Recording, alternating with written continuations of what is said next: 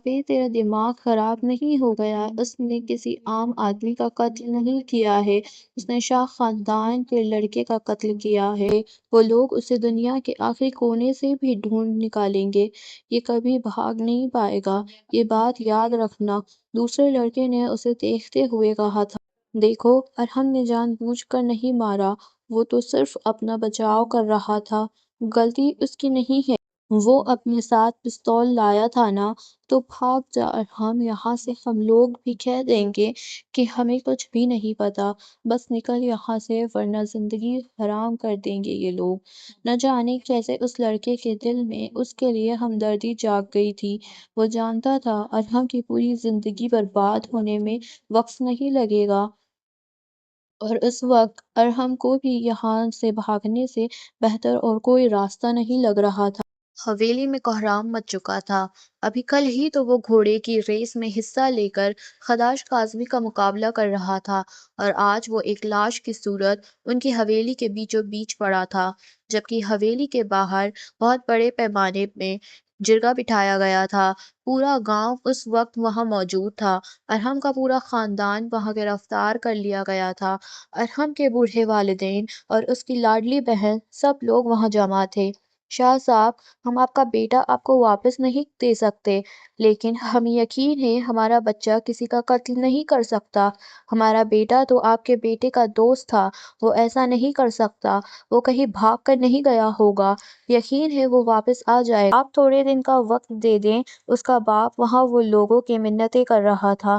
تمہارے بیٹے نے وقت دیا تھا میرے بیٹے کو، ارے اسے گولی مار کر قتل کر دیا گیا۔ کیا دشمنی تھی اسے باقر سے؟ تمہارے بیٹے کو اپنے ساتھ لے کر چلتا تھا، اسے دوست دوست کہتا تھا۔ کیسا دوست تھا تیرا بیٹا، اپنے ہی دوست کو جان سے مار گیا۔ مجھے میرے بیٹے کے لیے انصاف چاہیے، بس خون کے بدلے خون۔ ڈھونڈو اس لڑکے کو اور اس کی لاش کو یہاں لے کر آؤ۔ صرف اس کی لاش کو نہیں بلکہ اس کے پورے خاندان کی لاش کو اپنی آنکھوں کے سامنے دیکھنا چاہتا ہوں میں۔ جب تک ان کا بیٹا نہ مرے تب تک میرے بیٹے کی روح کو سکون نہیں ملے گا۔ وہ بے حد غصے سے بول رہے تھے۔ آرام سے فیصل شاہ، ہم آپ کا دکھ سمجھ سکتے ہیں، آپ کا بیٹا مرا ہے، آپ کی تکلیف ہمارے سامنے ہے، لیکن اس طرح سے کسی کے بیٹے کے قتل کی بات کرنا بھی غلط ہے۔ ہمارے پاس اس کا بس ایک ہی حل ہے۔ موقع واردات سے ارحم نے بھاگ کر اس جرم میں قصوروار ہونے کا ثبوت دیا ہے۔ جب تک ارحم واپس نہیں آ جاتا تم ان کی بیٹی کو غنی کر لو۔ اگر تم انتقام لینا ہی چاہتے ہو تو اتنے سالوں سے جس طرح سے انتقام لیا جا رہا ہے اسی طرح سے انتقام لے لو۔ رحمان کی بیٹی امایہ کے ساتھ اپنے خاندان کے کسی بھی لڑکے کا نکاح کر لو۔ بہت سکون سے فیصلہ کیا گیا تھا، جیسے کسی کی زندگی کا فیصلہ نہ کیا جا رہا ہو بلکہ کسی بھیڑ بکری کا فیصلہ سنایا گیا ہو۔ وہ خاموشی سے اپنے لیے کیا جانے والا یہ فیصلہ سن رہی تھی۔ کیا ہو رہا تھا یہاں، کیوں ہو رہا تھا، ان غریبوں کو کون پوچھتا تھا؟ اس کے بھی خواب تھے، وہ بھی جینا چاہتی تھی۔ اس کے بھائی نے اس کو کبھی گھر سے باہر نہیں نکلنے دیا تھا، اس کا اکلوتا بھائی اس کے لاڑ اٹھاتے نہیں تھکتا تھا، اور یہاں اس کے لیے آج وہ قربان ہونے جا رہی تھی۔ کتنی آسانی سے اس کی زندگی کا فیصلہ کر دیا گیا تھا۔ اس گاؤں میں ہمیشہ سے انہی دو حویلیوں والوں کی سنی جاتی تھی۔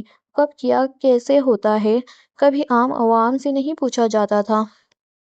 گاؤں میں کب کیا خریدا جائے گا، اس بات کا فیصلہ بھی شاہی خاندان کے لوگ کرتے تھے۔ گاؤں میں کتنا اناج آئے گا، اس کا فیصلہ شاہ حویلی والے لوگ کرتے تھے۔ بے شک وہ جاہلوں جیسی زندگی گزار رہے تھے، یہاں کوئی بھی اپنی مرضی سے کچھ نہیں کر سکتا تھا۔ اس کا بھائی شاہ حویلی والوں کے خلاف تھا، وہ دونوں حویلی کے لوگوں کو پسند نہیں کرتا تھا، لیکن نہ جانے کب اس کی دوستی باقر سے ہو گئی، اور آج وہی دوستی اسے لے ڈوبی تھی۔ نشے میں باقر نے اپنا غصہ اپنے دوستوں پر نکالا تھا، لیکن اپنی ہی غلطی کی وجہ سے وہ مارا گیا۔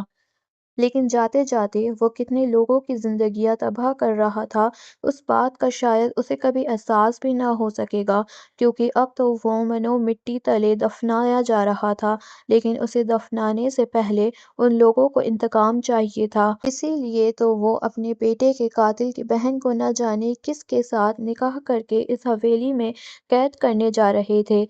اس کے ماں باپ تڑپ کر رو رہے تھے، ہر کوئی اس پر ترس کھا رہا تھا، لیکن اگر کسی کو ترس نہ آیا تھا تو ان شاہ خاندان والوں کو